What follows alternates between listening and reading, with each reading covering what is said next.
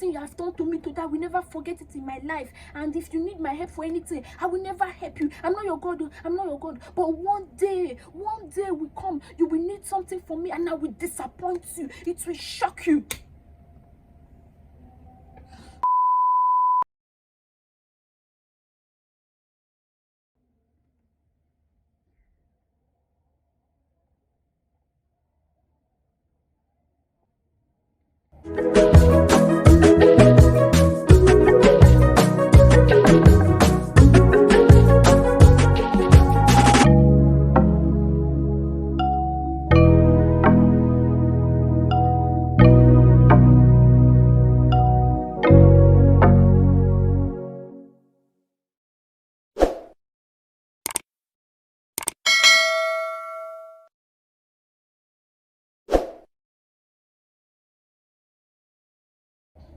Hi guys, welcome back to my channel. If you're a new subscriber, thank you so much for stopping by, and if you're a returning subscriber, thank you so much for always watching my videos, leaving comments. I see them, I love them. Thank you. Today's video is a very chill one, so I'm just going to be giving you a story that happened recently. From the title, as you can already see, yes, your girl almost got scammed. Literally, I almost got scammed. So yeah, let me give you a rundown of what happened. So this fateful afternoon, hot afternoon, I was having a nap. I got a call. Number was not saved on my phone, so I didn't know who was calling. The voice sounded so familiar, so I assumed I knew the person. I was sleeping, so don't judge me, okay? The person spoke like somebody I know, so let me just say this person's name is Peter. So I assumed it was Peter that was on the phone because of the voice, and Peter has an accent, a very strong accent, and he's the only one I know that has that accent. The person was like, there's something I need you to do for me. Get a paper and pen and just call me back. Let me give you a rundown of what you need to do for me. I went back to sleep, but a few minutes later, like in my sleep, I was still thinking about it, like I had something I needed to do. So I called the number back with paper and pen, obviously. It was like, this one you're talking like this, don't you know who is talking? I'm like, is it Peter? Red flag. The person was like, yes, it is. You're sounding like you don't know me. Or are you sleeping? I said, yes, I'm sleeping, because I was actually still sleeping, or I was half awake at this point. He was like, okay, anyway, there's a business I want to do, but I'm not in town and I need somebody to help me do it. Meanwhile, this is the kind of business Peter operates. I've known Peter for years and I know what he does.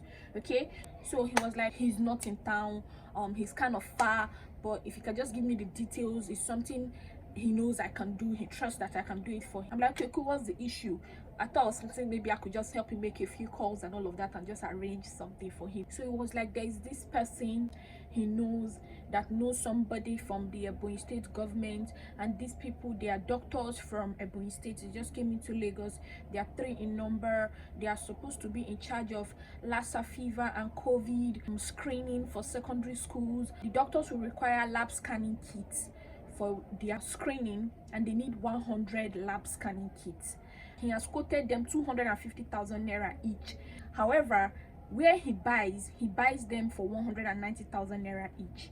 He will be making a profit of 60,000 naira on one item, and he's supposed to sell 100 items. They did not inform him that they will be coming today, although he was very angry with them, but he doesn't want to lose the business, so he needs somebody to help him get the stuff, send it to them, then they'll make the payment. I'm like, okay, so where do I come in? What do you want me to do for you?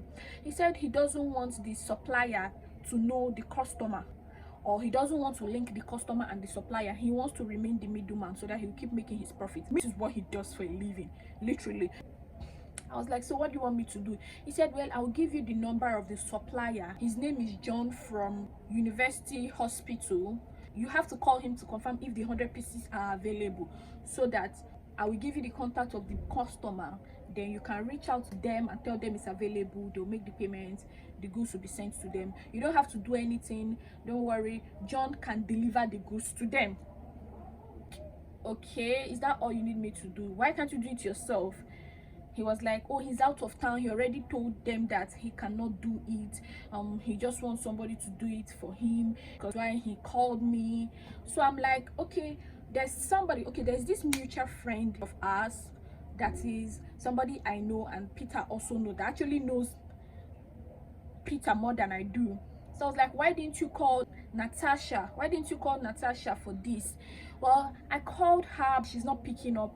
So I just thought to call you. This is a very good business, it's very lucrative. I was like, well, I just feel a little bit uncomfortable with it. But it was like, don't worry, just help me call them. I'm quite busy right now. I'm in a program, I'm in a meeting. So I do not want to do the running around. That is why I'm getting you involved, because I trust you. So if you can just do it, Dr. John in quotes, to find out if they have the goods in stock. I called John.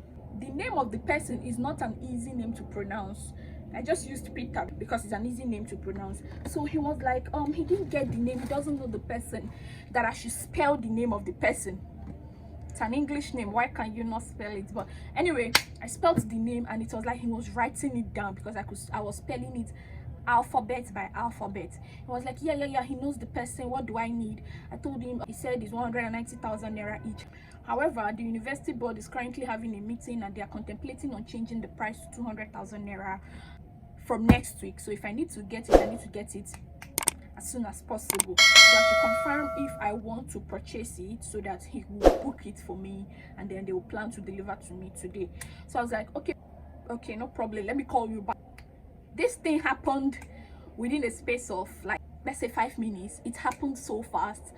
So before I called Peter, I called my husband.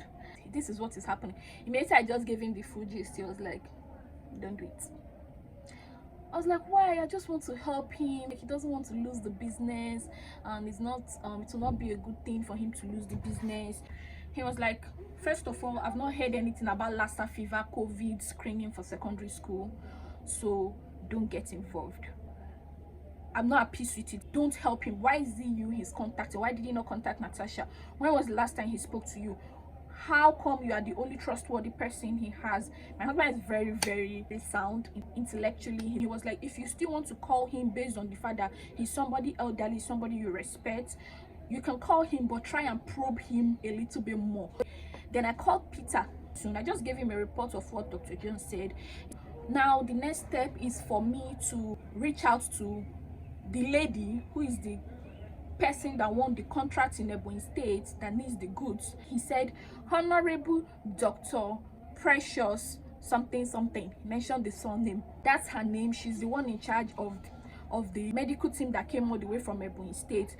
She will be the one to send you the money. So because of the fact that my husband has woken me up a little bit, so I was a little bit more alert. I remember asking him several questions, like, why this, why that. He said, I will call Honorable, then send them my account number. So they'll pay 25 million into my account. I'll transfer 19 million, which is the cost of the lab scanning kit, to Dr. John at the University Teaching Hospital. Then I'll have 6 million left in my account. That's the profit that we're going to share. I did not think about the figures before. When he said that, I was like, shoot, something is not right. First of all, there's no way I can transfer 19 million out of my account just like that. I don't have the capacity to do that right now.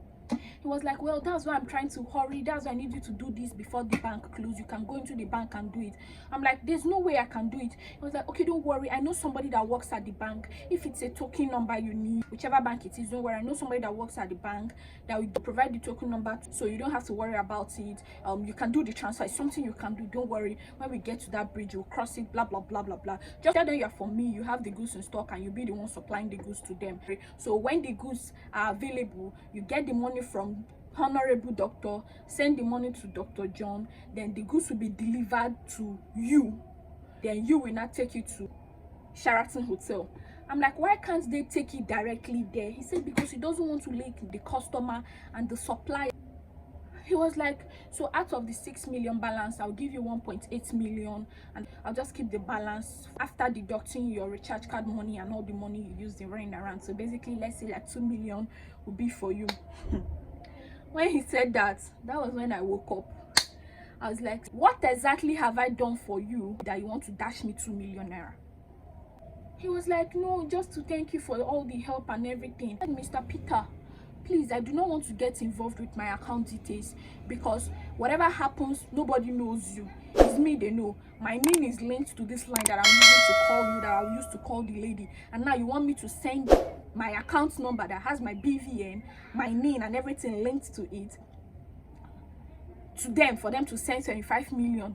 He said, okay, if you don't want to get your account number involved, it's fine, I'll get somebody else's account.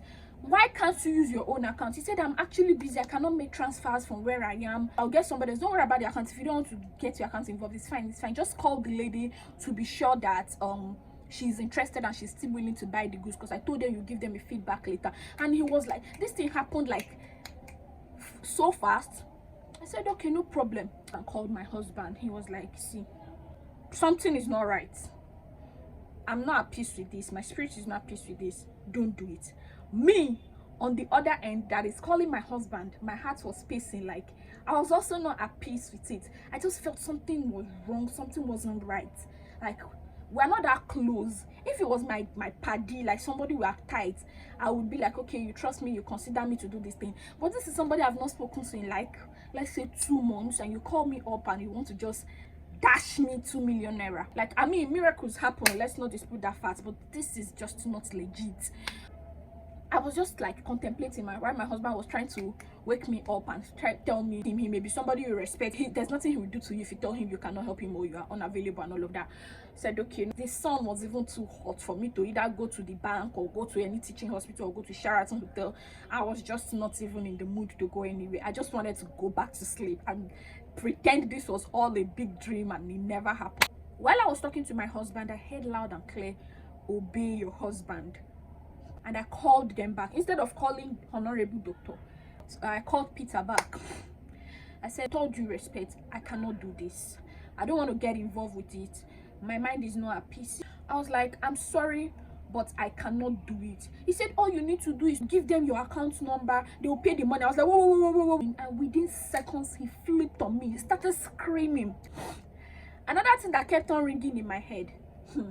I know 2 people that have been arrested by EFCC. Young girls, when I mean young girls, like less than 25, young girls that were arrested by EFCC. What did they do? They gave somebody their account number, and then I don't know how they used the accounts, scammed people and all of that. And when they went to withdraw money from their accounts, they were arrested. 2 people. The man just started shouting at me. He was shouting, you must do it, oh, why will you not do it? This thing you have done to me today, I will never forget it in my life. And if you need my help for anything, I will never help you. I'm not your God, I'm not your God. But one day will come, you will need something from me and I will disappoint you. It will shock you.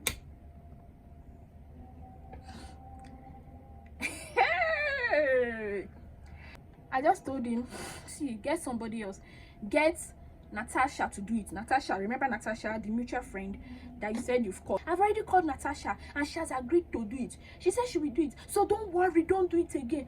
If Natasha has agreed to do it, good luck. Hey, I missed one part.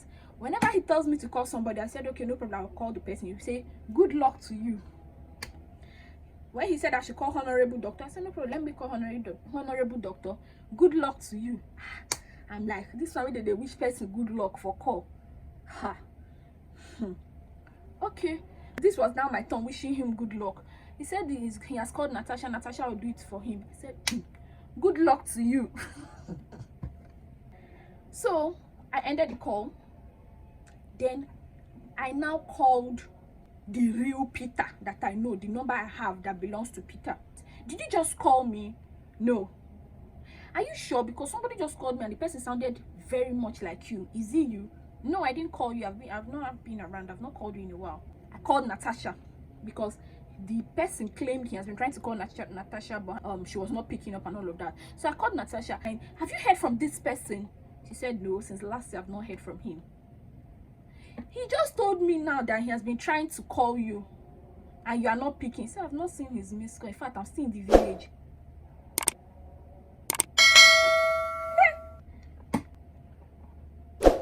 That was when I knew that these people were trying to scam me.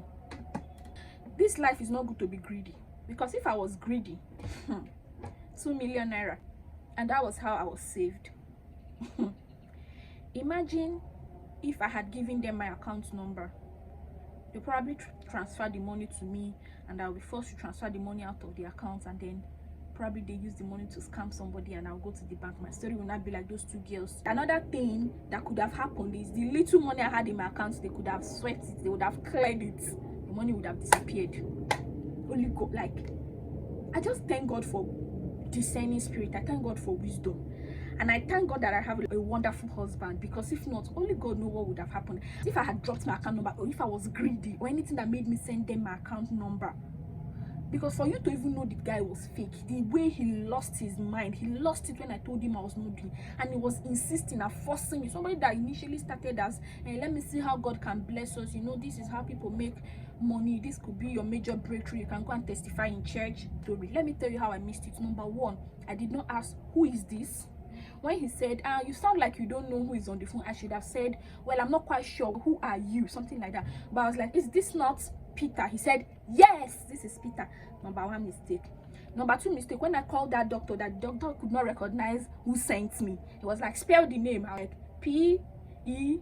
He was like, T-P. He could not spell the name because it's not a usual name, it's not a common name. That's another sign that something was wrong. And the way he kept on hammering on the fact that he knows somebody that works in the bank that could give me a token number. In 2022, do I look dumb to you? I don't know how a bank works. Like, after everything happened, and I went to check their numbers on Truecaller, Peter and John, their numbers are almost the same. You know, when you go to buy SIM card from maybe MTN office, the two people that buys their SIM card almost the same time, their numbers are always similar, because the numbers are kind of like serial. It's in serial order. Both Peter and John, their numbers were similar. That's number one thing I noticed. Number two, on Truecaller, the number was Peter. The two numbers were saved as Officer Peter and Peter. What would I have said? But thank God, that is it for this video. I hope you learned something from it. See, you need to be wise, be very, very alert. Okay? So yeah, that is it for me for this video. I hope you enjoyed it. I'll see you in my next video. Bye.